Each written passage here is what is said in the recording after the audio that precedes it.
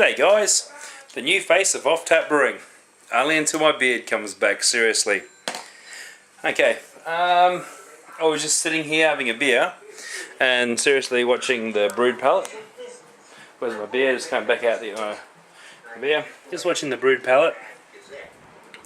And by the way, Barry, I love your box. Very smick. Very nice. Better than my little ones that I put together, because man, it's only me use them. I don't care. So I just wire them up with whatever.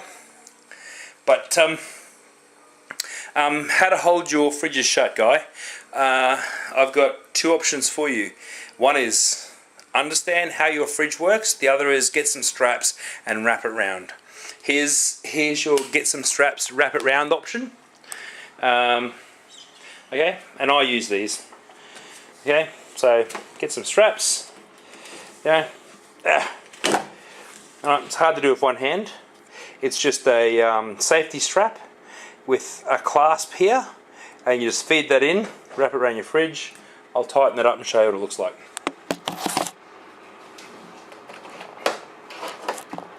That's not tight. Okay. Alright, so that's now holding my fridge shut. Holding my fridge shut. Okay, a little claspy. Can be inconvenient. There are so many ways that can be inconvenient, especially while you're holding a camera, but it is the best way. That way you are guaranteed not to drill, not to destroy a fridge.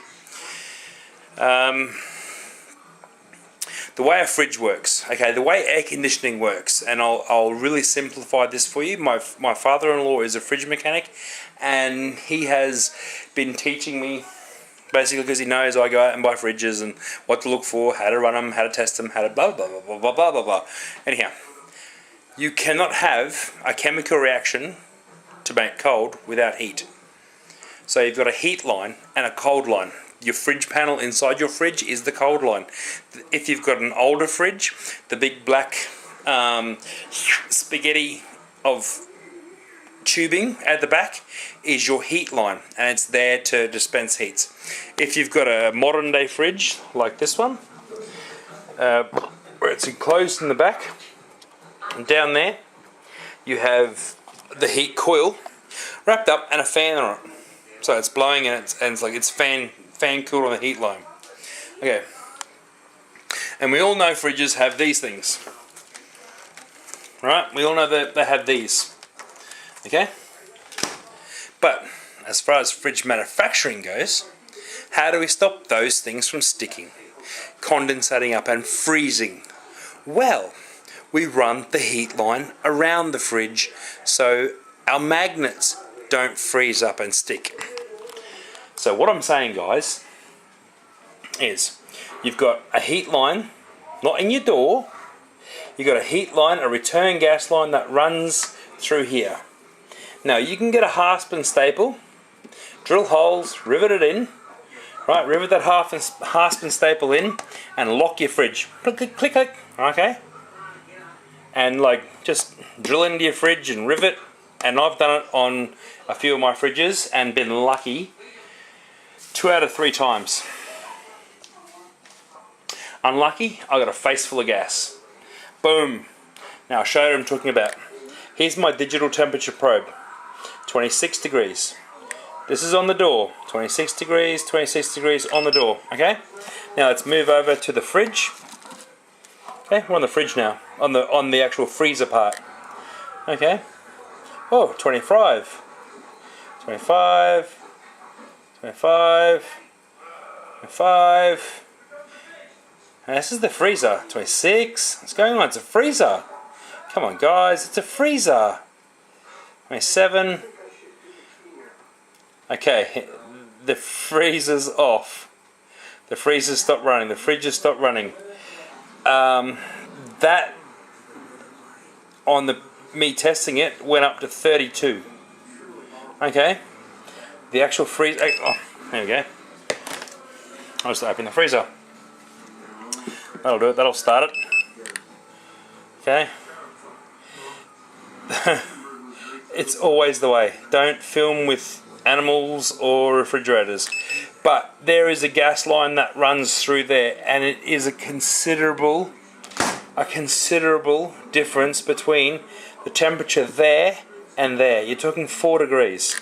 Okay, and I kid you not, guys. Okay, it's not working now because the fridge has stopped running.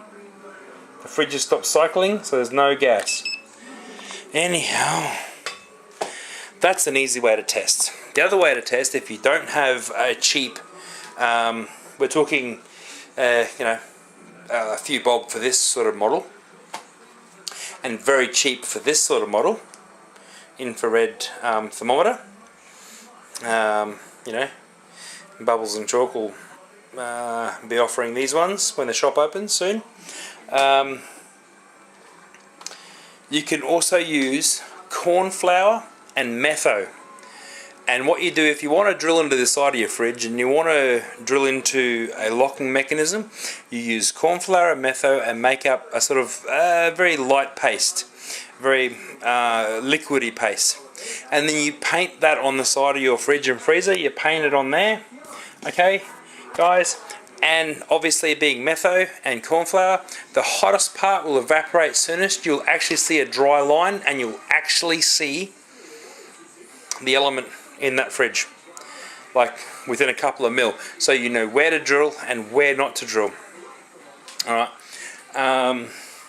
so Barry, if you need to drill, please get on to me in Bubbles and Chalk. And I'll really help you with this project. And when I'm in by hasp and staple and drilling, I'm in this sort of thing. Okay, a hasp and staple, so you can lock it in. This is a dead fridge, so I've got to actually pull this fridge out. This is the Hez cam that died on me. I had it for 3 years or whatever. But a hasp and staple, hasp and staple.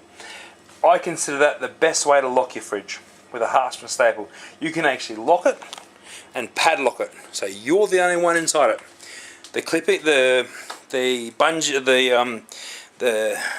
cord method that I'm using out there is okay, but it's very cumbersome. It's very hard to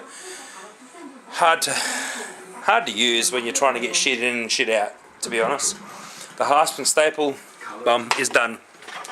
All right, Barry.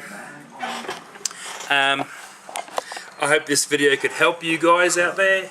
I hope I explained enough in how not to kill your fridges.